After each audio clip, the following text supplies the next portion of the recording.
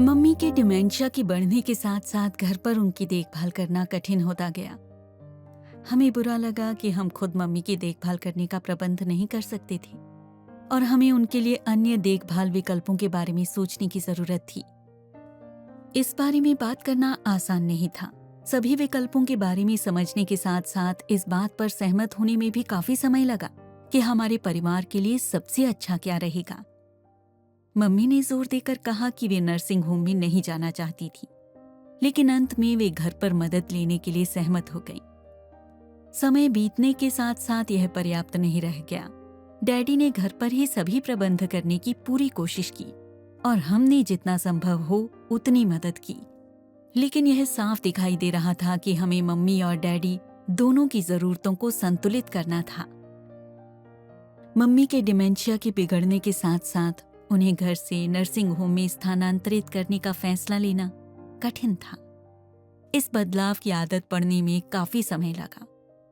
हम इस बात को लेकर परेशान और शर्मिंदा महसूस करते थे कि अब हम घर पर देखभाल नहीं कर सकते थे और उनकी इच्छाओं को पूरा नहीं कर सकते थे।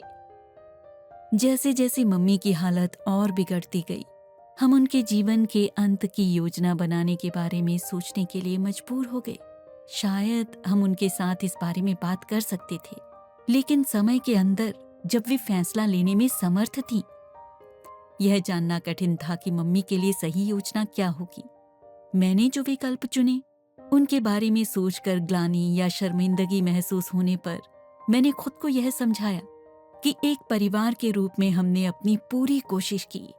इस अनुभव के बाद डैडी अपनी आगे की देखभाल योजनाओं के बारे में हमसे बात करना चाहते थे, यदि हमें भविष्य में उनकी आवश्यकता पड़ती। डिमेंशिया एक कठिन समस्या है, लेकिन आगे की यात्रा की योजना बनाने से परिस्थितियां आसान हो सकती हैं। अपने डॉक्टर से बात करना शुरू करें और माई एज्ड केयर से संपर्क करें।